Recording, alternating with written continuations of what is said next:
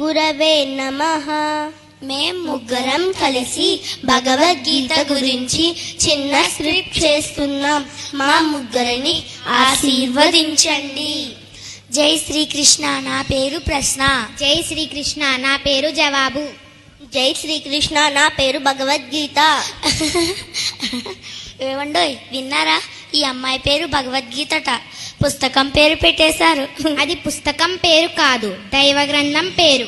ఆ పేరు నీకెందుకు పెట్టారు? ఎందుకంటే భగవద్గీతలో ఉన్నవన్నీ నా శరీరంలో కూడా ఉన్నాయి కాబట్టి. నీ శరీరం భగవద్గీత?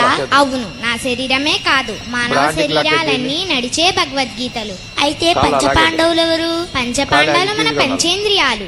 అయితే కౌరవులెవరు? మన కోరికలే కౌరవులు. అయితే పంచపాండవుల భార్య ద్రౌపది మాత ఎవరు? పంచేంద్రియాలకు ముడిపడి ఉన్న సత్యశీలమే ద్రౌపది మాత. అయితే కురుక్షేత్రం ఏమిటి? మన మనస్సే కురుక్షేత్రము. అయితే శ్రీకృష్ణ భగవానుడెవరు? నాలోను నీలోను ఈ విశ్వమంతా నిండి ఉన్న జ్ఞానమే శ్రీకృష్ణ భగవానుడు. భగవద్గీతలో ఏమున్నాయి? 700 శ్లోకాలున్నాయి. అందులో మొదటి శ్లోకం ఏమిటి? అందులో మొదటి శ్లోకం కూడా నీలాగే ప్రశ్నతో మొదలవుతుంది. దగ్గరికి వచ్చినాకనే ధర్మక్షేత్రే కురుక్షేత్రే సమవేతాయుయుత్సవః మామక పాండవాశ్చైవ కిమకుర్వత సంజయ. ఈ శ్లోకం అర్థం ఏమిటి? ధర్మక్షేత్రే కురుక్షేత్రే ధర్మక్షేత్రమైన మన మనస్సులో సమవేతాయుయుత్సవః అంటే యుద్ధము చెయ్యాలని ఉత్సాహంతో సమావేశమయ్యున్న మామక పాండవాశ్చైవ అంటే కోరికలు పంచేంద్రియాలు కలిసి కిమకుర్వత సంజయ అంటే ఈ భూమి మీదకొచ్చి ఎలా ఉన్నావు, ఏం చేస్తున్నావని మొదటి శ్లోకం మనల్ని ప్రశ్నిస్తుంది. అవునా? భగవద్గీత మొదటి శ్లోకం మనల్ని హౌ ఆర్ యు అని ప్రశ్నిస్తుందా? దీనికి నీ జవాబేమిటి? యత్ర యోగేశ్వర కృష్ణః యత్ర పాదో ధనుర్ధరః తత్ర శ్రీ విజయోద్భూతిః ధ్రువా నీతిర్మతిర్మమ. ఈ శ్లోకం అర్థం ఏమిటి?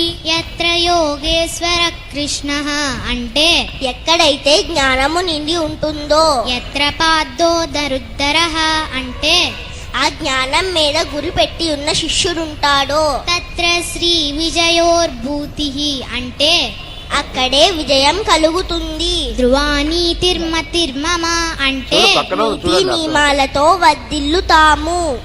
భగవద్గీత అందరికి పెద్ద దిక్కు. అంతా భగవద్గీత స్వరూపులం, మనమంతా నడిచే భగవద్గీతలం. జై శ్రీకృష్ణ, జై శ్రీకృష్ణ, జై శ్రీకృష్ణ.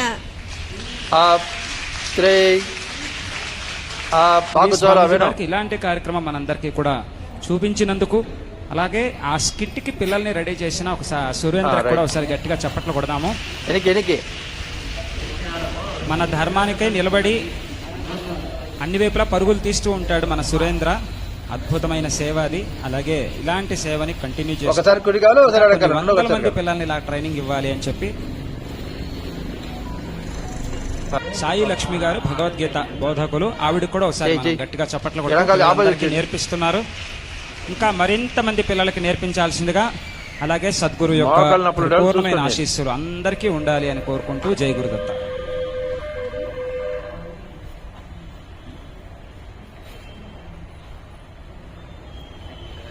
ఏమైనా కాలు దాంచాలా, బ్యాక్ వచ్చినప్పుడు దాంచు మొక్కలు.